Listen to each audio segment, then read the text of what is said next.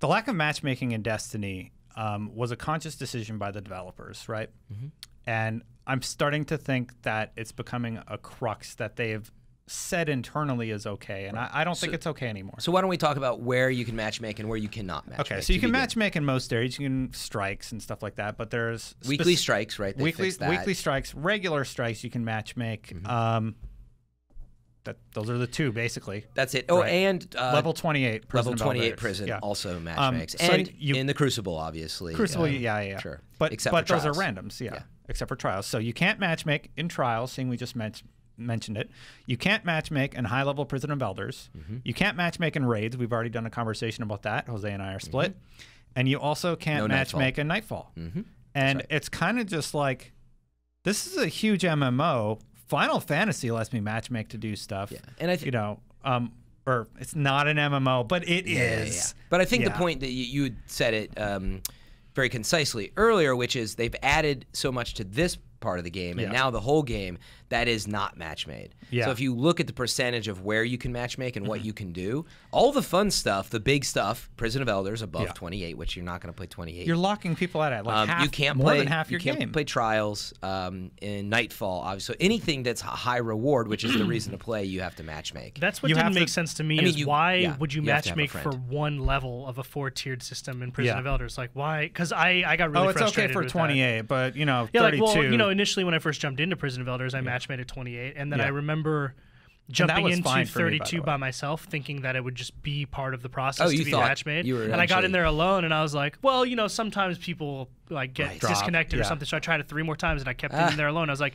is this not match made? Like you would have to like read online or something. No, it's in the. It is in the menu. I'd have to read it on a Grimoire card. But meaning it is in the. No, it's not. It does say Fireteam 1 to 3. But to your point, it wasn't intuitive that like 28 did it, and so why didn't the others? You gotta like check and. Well, to Destin's point, it's like if you're gonna do it for one, like why?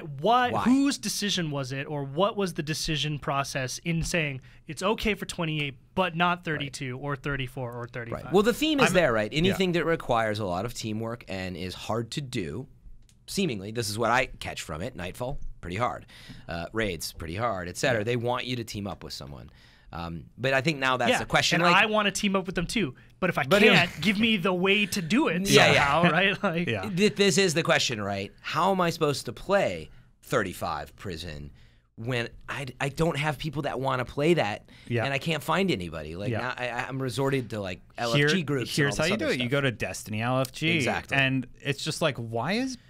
I said this before. Why is Bungie letting the fan base develop the tool set that should be in their game? Yeah.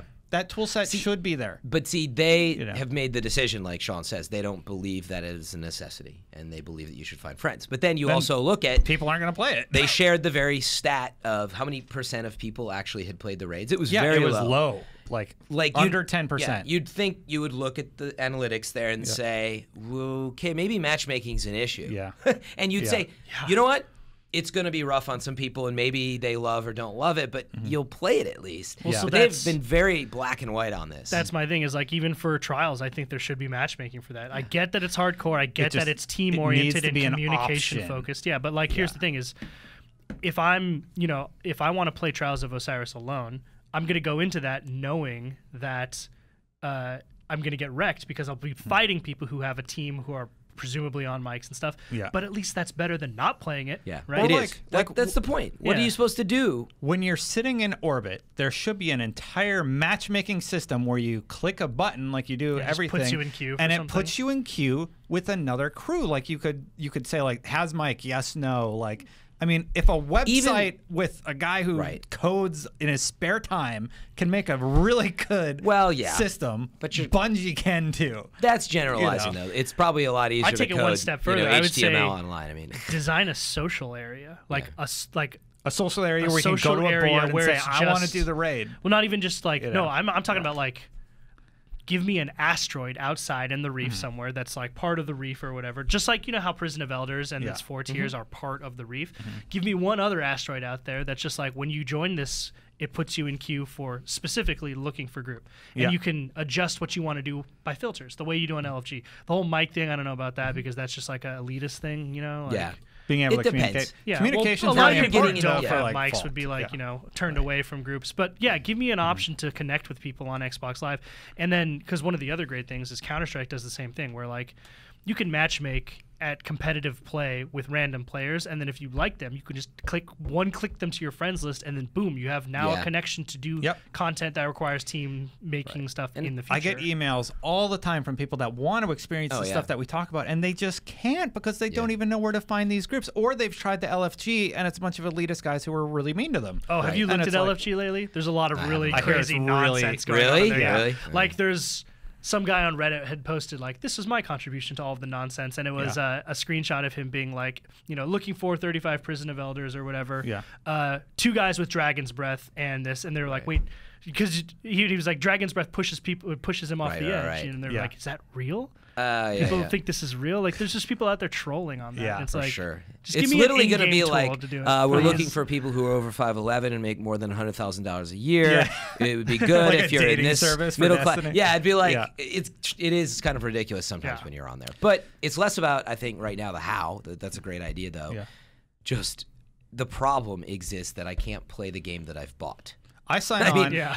Okay, so I have a lot of friends that play Destiny. I add we're people lucky. all the time. We're lucky. Super and lucky. even I have trouble finding a group because they're all in groups of 3 by the time I have time to actually play. How do you imagine I feel? I stepped away from the game for a long time, never really did Crota Zen, and now I'm like, yo, guys. Yeah, and we're can all we done get together and do Crota Zen? And everyone's like, I haven't ran that in months. Yeah. Why would you want to do that? And I was like, because I never got that gear. We'll come back to it though. You'll find once we get some gear in place and get the stuff we're chasing, we'll start to like diversify. Because I actually can't wait to go back to Vault with a bunch of Ascended, gear and just do that. I haven't had the chance yet because I've been busy. I just Taken King update at E3 though is legit. We're gonna have another piece of DLC that everybody's gonna be playing. So why would they go back and play? I still think that's probably the September, October after year 1 release. I hope there's not another release this soon. Honestly. Well, no, I mean, you don't think you don't want to release in September, October? September, October, yes. Oh, you mean June? before? No. Oh, I didn't even wait. Was there a rumor that it's the Taken King trademark or whatever? So I'm thinking that's what they're going to announce at E3. Announce, but not release. Is the point. I hope it's September. My only point on that, if you've read about Taken King, I think it's Destiny 1.5 is what I call it, which would be the at year 1 as you move into year 2, which means the waiting for Destiny 2 year. That will be sort of a bigger 1.5 release. That's what I think anyway. Side note, do you guys think, this is a topic that's come up on Podcast Unlocked before where I'm also podcasting, will there be a Destiny 2, like legit 2 title? They basically I guarantee you they're working on it. Next gen exclusive. No, we know they're working on something. Oh no, I guarantee it's that's a conversation for another show. A sequel, that's a great topic. It is. We'll talk about it another time. So we've talked about a lot of problems. Did you have any more topics? We're at the end of the show. So I did want to corrections. Less of a correction. I was like trying to remember why I bought 2 Vestian Dynasties on our live stream. Oh my god! Which if you so I was not the only person that did it, and so I was like, a lot of people did. There must have been problems, but it does drop very clearly. Yeah, it sure does. Into your inventory, but it is the moment that you get it is also the first time it's available for sale, and you have access to her inventory. So you're so excited to buy something from her that you do it. And anyway, it is my fault, our fault, but it's happened to more than one person. It has. So just beware of it. I don't think they're ever just put a timer on purchases. You did it I did too? the same thing.